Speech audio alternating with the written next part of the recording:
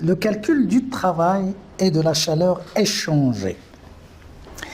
Le travail échangé, dans le cas des systèmes qui nous intéressent, ce sont des gaz. Donc, des systèmes fermés dans ce chapitre. Alors, le travail, c'est un travail de compression. Sa définition, donc, il passe. D'habitude, pour les physiciens, on commence toujours par une transformation élémentaire. Donc, il va échanger un travail élémentaire de W défini par moins P extérieur D de V si la transformation était réversible, ou bien W égale moins P D de V. Donc, la pression fois le volume a les dimensions d'une énergie. Le travail, donc, la contrainte, c'est la pression. Le volume, c'est la grandeur extensive qui subit donc l'action. Donc, une grandeur intensive multipliée par la variation d'une grandeur extensive va donner une énergie. Ici, c'est le travail. Donc, vous avez moins PdV si la transformation est irréversible. Là, si la transformation est réversible. La pression ici, c'est la pression extérieure, c'est-à-dire la pression finale, parce que le système va évoluer jusqu'à la pression, jusqu'à s'équilibrer avec les milieux extérieurs. Donc, il va avoir sa pression P extérieure. Ici, la pression, c'est la pression du gaz. La transformation étant réversible, donc c'est la pression du gaz qui fait évoluer notre système. Au cours de son évolution, sa pression à l'intérieur est modifiée et il va progresser jusqu'à arriver à la pression extérieure. Donc l'évolution de V et de P se fait en même temps de façon à faire tendre notre système vers l'équilibre avec le milieu extérieur. On aura alors un travail échangé. Alors, le travail échangé depuis la transformation, si la transformation se fait de l'état initial 1 jusqu'à l'état final 2, c'est soit, si la transformation était réversible, c'est moins P extérieur, facteur de V2 moins V1, soit W12 est égal à moins l'intégrale de PD de V depuis l'état initial jusqu'à l'état final. Cette intégrale peut être calculée dans le cas où je connais l'équation d'état de mon gaz. Maintenant, le travail, dans le cas d'une transformation,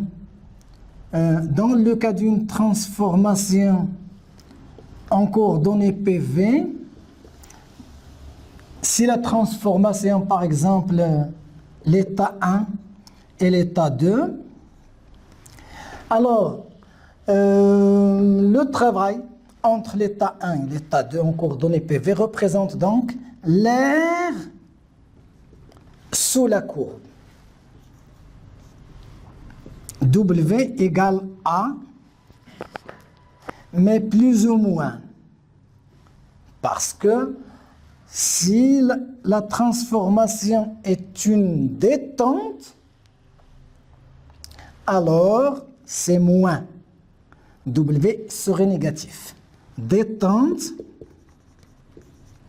W négatif. Si c'est une compression, W positif. D'après la convention que nous avons déjà citée tout à l'heure. Donc, ceci au sujet du signe. Dans le cas d'une transformation cyclique, alors W représente l'aire du cycle.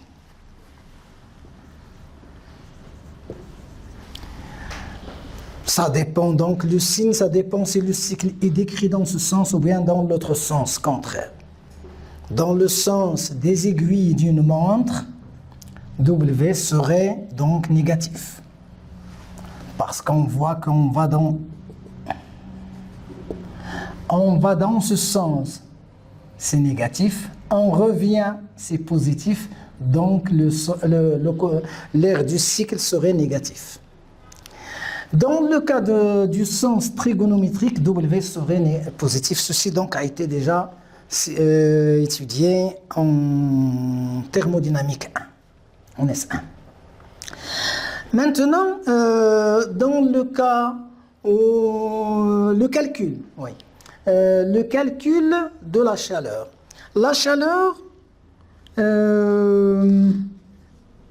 quant à elle, on doit distinguer deux types de chaleur échangées. Un échange de chaleur, c'est la chaleur dite sensible, ou la chaleur dite latente.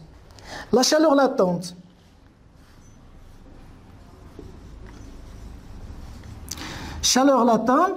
c'est-à-dire la chaleur échangée au cours d'un changement de phase.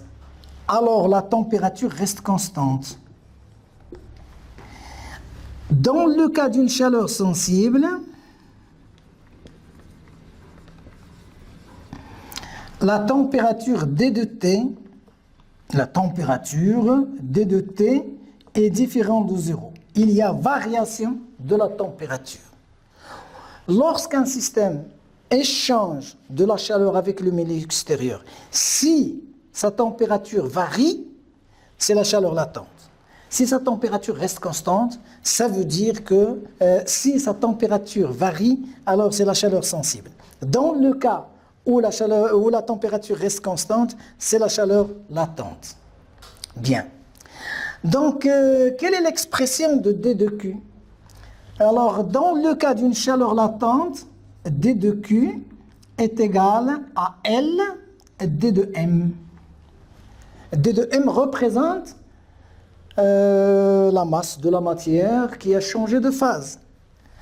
Et L, c'est la chaleur latente du changement de phase. Dans le cas d'une chaleur sensible D de Q, il peut s'exprimer, on a trois variables PV, T, donc il peut s'exprimer selon une combinaison de deux variables par deux. Ce qui nous intéresse, nous, c'est d'utiliser deux couples de variables uniquement. La variable TV, on va dire alors que D de Q est égal à N, ou bien est égal à N, CV D de T plus L D de V. Ça, c'est en utilisant le couple TV. Donc, ou bien le couple TP, c'est-à-dire qu'on va utiliser la relation NCP D de T plus H D de P. N étant le nombre de moles, les chaleurs spécifiques CV et CP, à volume et à pression constante. Donc, selon le couple de variables choisi, on peut calculer. Ça ne veut pas dire que selon l'exercice, on peut utiliser l'une ou l'autre des relations, mais ces relations-là sont équivalentes. On peut utiliser cette équation ou bien on peut utiliser l'autre. Il n'y a pas de problème pour utiliser l'une ou l'autre, sauf sauf la difficulté du calcul et le temps mis pour arriver au résultat. Alors, il faudrait choisir son équation selon le type de transformation. Par exemple, si la transformation est isotherme, je sais que D de T est égal à 0. Alors, D de Q peut se calculer soit par L D de V, soit par H D de P. Si je connais l'expression de L et de H, alors le calcul se fait aisément. Dans le cas d'une transformation isochore, Dans le cas d'une transformation isochore, V égale constante, ça veut dire D de V égale 0, ça veut dire que D de Q est égal à N CV dt. Pour les gaz, généralement, on admet que CV est constante, donc le calcul facile. Alors, dans le cas où la transformation est isobare, P égale constante, alors dans ces conditions, D de P est égal à 0, ce qui donne alors D de Q égale NCP D de T. Bien. Maintenant, je vais donner les expressions du travail échangé et de la chaleur échangée pour un gaz particulier, c'est le gaz parfait. Alors, le gaz parfait. Le gaz parfait, c'est un gaz dont l'équation d'état, gaz parfait, donc PV égale nRT, le travail échangé et la chaleur échangée au cours des 4 transformations de base. Je vais commencer par exemple, transformation isochore. Pour la transformation isochore, il est très simple d'écrire tout de suite que D de W égale 0. Donc le travail échangé est nul. La chaleur, donc D de Q est égal à NCV dt. Ça veut dire que Q12 est égal à NCV facteur de T2 moins T1. Transformation isobare. Si la transformation est isobare, alors j'écris directement W12 est égal à moins P2 ou P1 facteur de V2 moins V1. Il ne faut pas oublier ce signe moins de départ. Bien. Et la chaleur isobare, j'écris tout de suite Q12 est égal à NCCP facteur de T2 moins T1.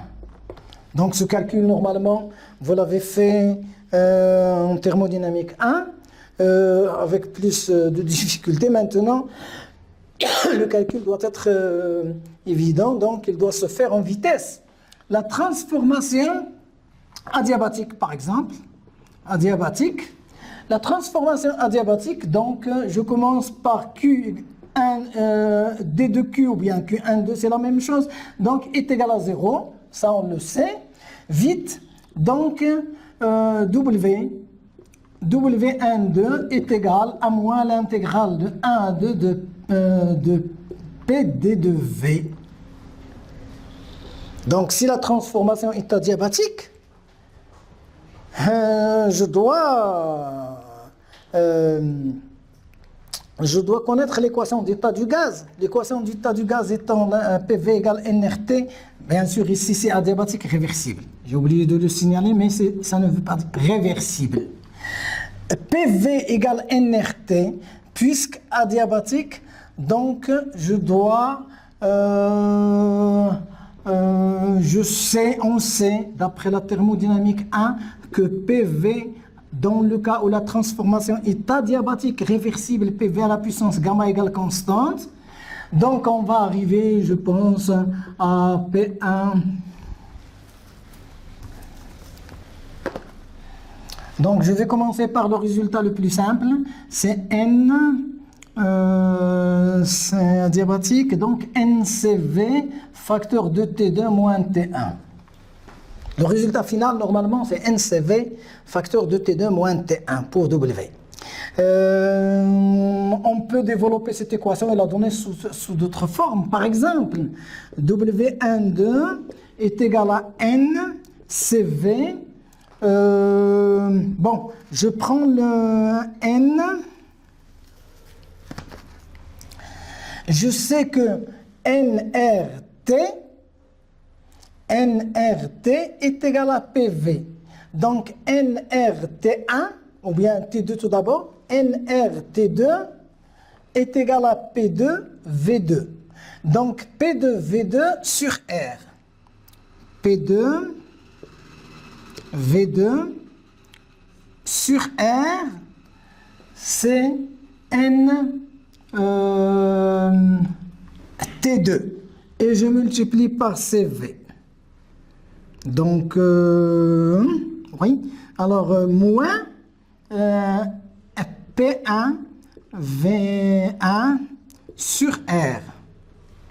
Ce qui donne finalement, si je remplace CV par son expression connue, R sur gamma moins 1, R sur gamma moins 1, multiplie par R, j'arrive à P2, P2V2, moins P1, V1. Et je simplifie par R et j'obtiens la relation connue que vous avez fait en cours. Donc, en thermodynamique 1. Donc, pour le travail, là, cette expression que l'on peut écrire en vitesse, on peut donner aussi cette expression parce que nous connaissons la relation entre, parce que nous connaissons l'équation d'état du gaz et la relation et les relations qui doivent normalement qui doivent être connues.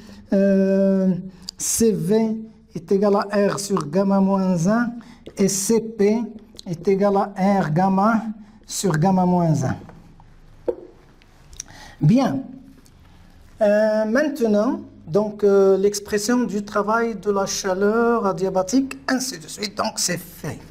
Maintenant, je passe au calcul du travail de la chaleur dans le cas d'une transformation isotherme. Les 4 transformations, donc il me reste, si je prends la transformation isotherme, alors la transformation isotherme, donc W12 directement est égal à moins l'intégrale de P2 de V est égal de 1 à 2. Je sais que PV égale NRT. Le NRT, je peux le faire sortir. Donc, NRT, qui est constante, isotherme, je mets alors T0, ou bien T1, ou bien T2, c'est la même chose. Donc, NRT, Ln de V2 sur V1, avec un signe moins. Donc voilà pour le travail isotherme que l'on peut exprimer encore moins nRT0 ln de P1 sur P2 parce que le produit PV égale constante. Transformation isotherme.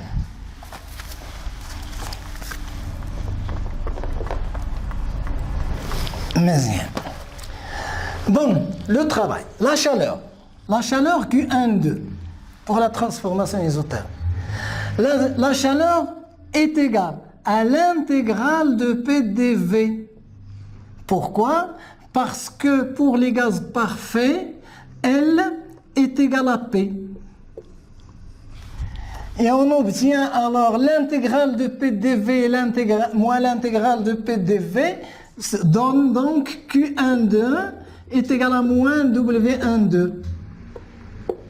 Voilà donc le calcul de la chaleur, c'est très simple pour les transformations isothermes.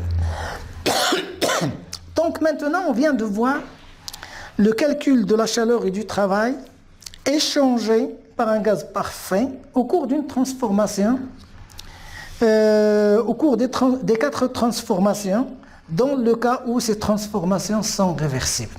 Dans le cas où ces transformations seront irréversibles, seraient abordées dans la partie des exercices du dernier chapitre.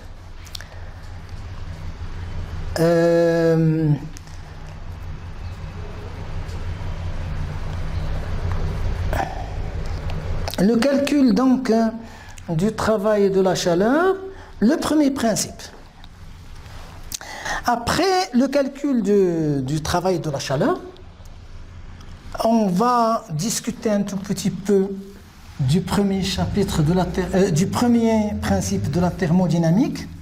Le premier principe de la thermodynamique, c'est un principe dit de conservation de l'énergie, On l'a déjà énoncé en considérant la fonction énergie interne U, qui n'est autre que l'énergie des particules formant ce système. Donc il s'agit d'une énergie cinétique de chaque particule, la somme des énergies cinétiques de chaque particule plus la somme des énergies potentielles d'interaction entre les particules. J'admets qu'il n'y a pas d'autre énergie que l'énergie cinétique et l'énergie potentielle pour le gaz considéré. Alors l'énergie interne est notée U. C'est une fonction d'état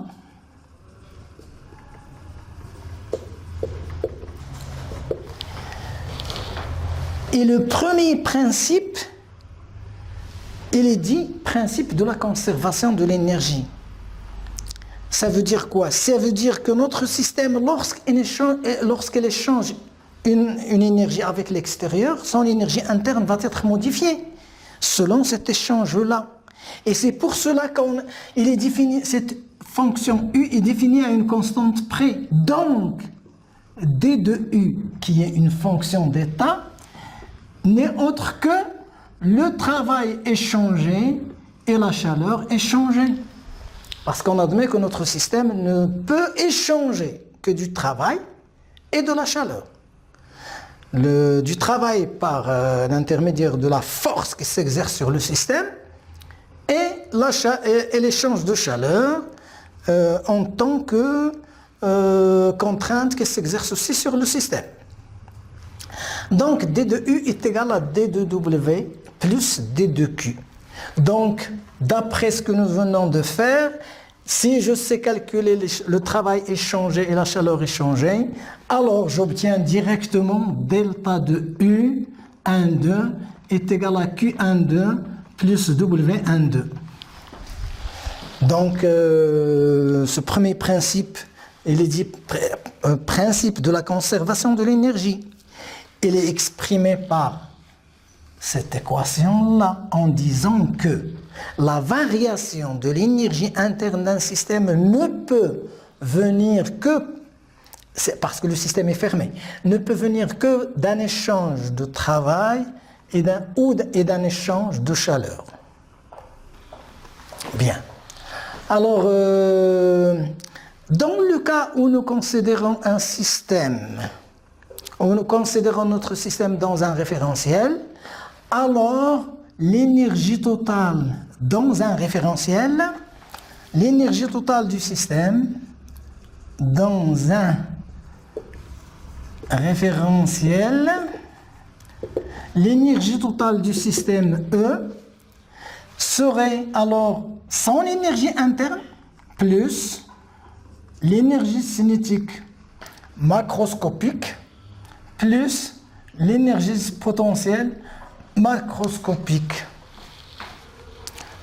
Donc, dans un référentiel, on parle de l'énergie totale d'un système comme étant son énergie interne plus son énergie cinétique dans un déplacement macroscopique et son énergie cinétique et son énergie potentielle qui est bien sûr une énergie à calculer dans le référentiel considéré.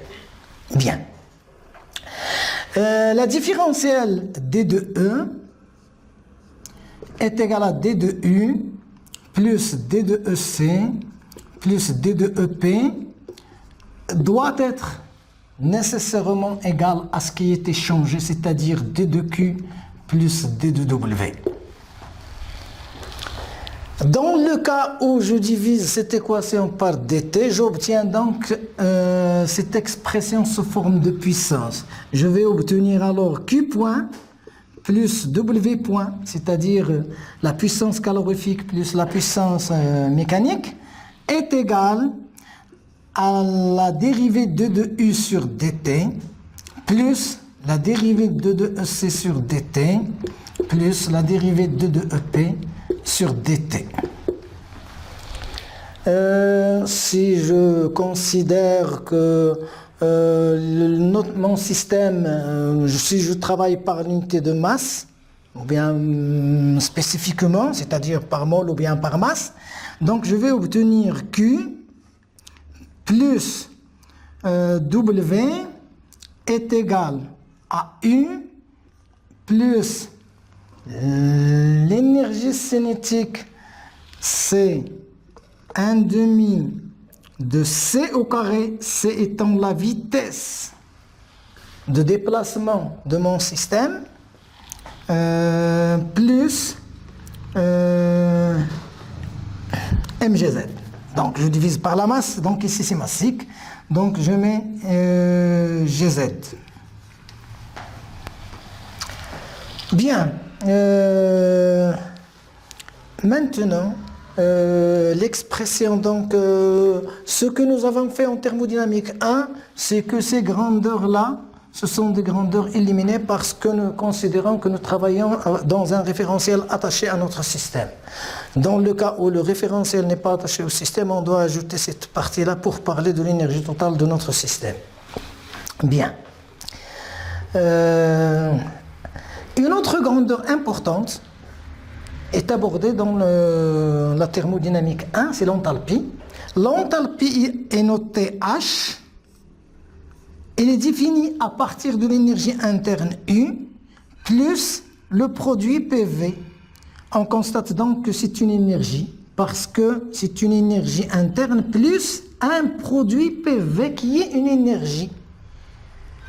Donc il s'agit ici d'une grandeur énergétique mathématique parce que sa signification physique ne vient que par l'interprétation du résultat auquel on arrive. Parce que si on dit que U c'est l'énergie interne, le produit PV c'est quoi? Donc l'explication de la fonction H vient par la suite du résultat auquel on arrive. Bien, l'enthalpie H est définie sous cette forme-là, ce qui montre alors que D de H est égal à D de W plus D de Q plus P2 de V plus V2 de P.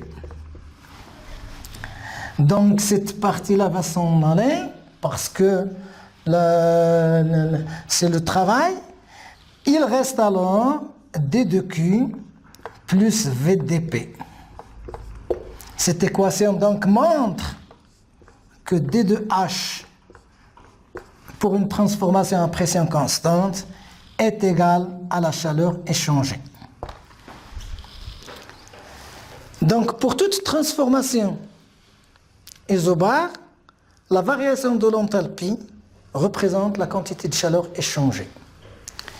Dans la suite de notre cours, on sera intéressé par des grandeurs massiques. Les grandeurs massiques, par exemple, l'équation d'état PV égale nRT. Pour travailler massiquement, donc, je dois diviser par la masse, donc c'est PV, V c'est le volume massique, est égal à M, N sur M,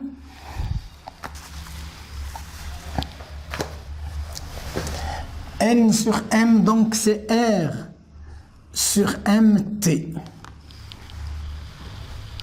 Donc l'équation d'état sous forme massique, donc s'écrit sous cette forme-là. Donc V, c'est le volume massique du fluide considéré. Alors cette équation d'état, on voit donc que la constante est divisée par M, et comme M c'est la masse molaire,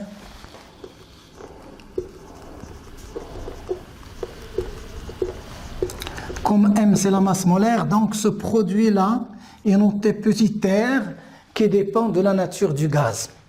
Parce que sa valeur est égale à la constante des gaz parfait divisée par la masse molaire. Bien. Les grandeurs massiques, l'énergie interne U, alors, est égale à la masse multipliée par U. Et l'enthalpie H est égal à la masse multipliée par petit h. Ainsi de suite. Donc toutes les grandeurs extensives peuvent être écrites sous cette forme-là. Bien.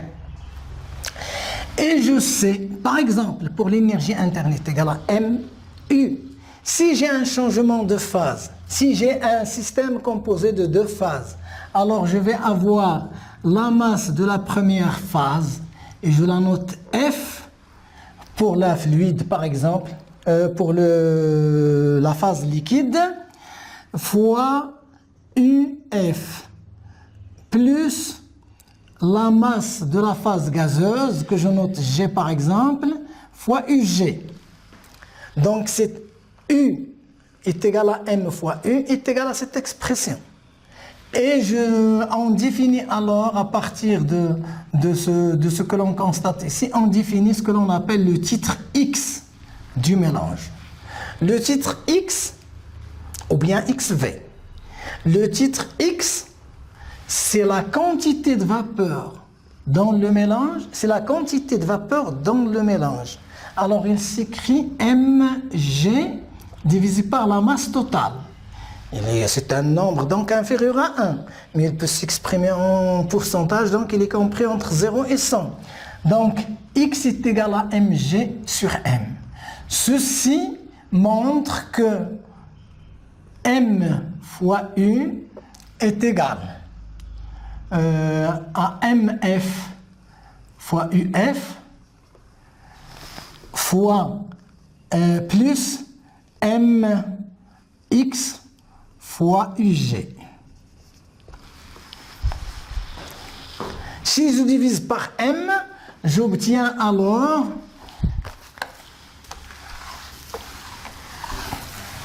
enfin, je fais ce calcul uniquement parce qu'on doit le faire au moins une fois, mais regardez bien, vous avez U est égal à MF sur M fois UF plus MX fois UG. Je divise par M donc fois XUG. XUG. Voilà. Alors, nous savons que M est égal à MF plus MG, ce qui montre alors que 1 est égal à MF sur M plus X.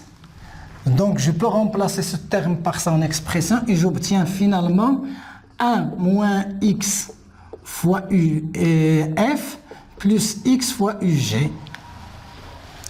Alors, cette expression-là de dire que l'énergie interne massique s'exprime en fonction du titre à l'aide de cette relation qui fait intervenir l'énergie interne massique des deux phases peut être généralisée et dire par exemple que H est égal à 1 moins X fois HF plus X fois HG.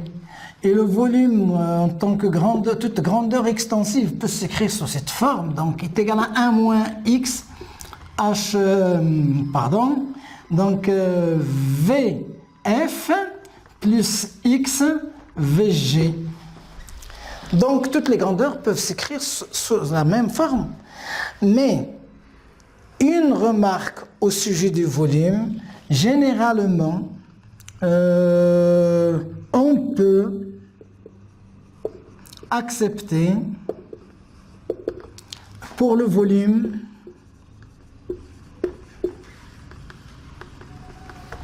massique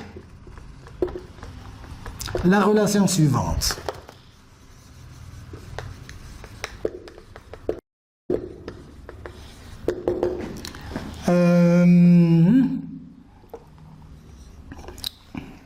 V approximativement égal à XVG.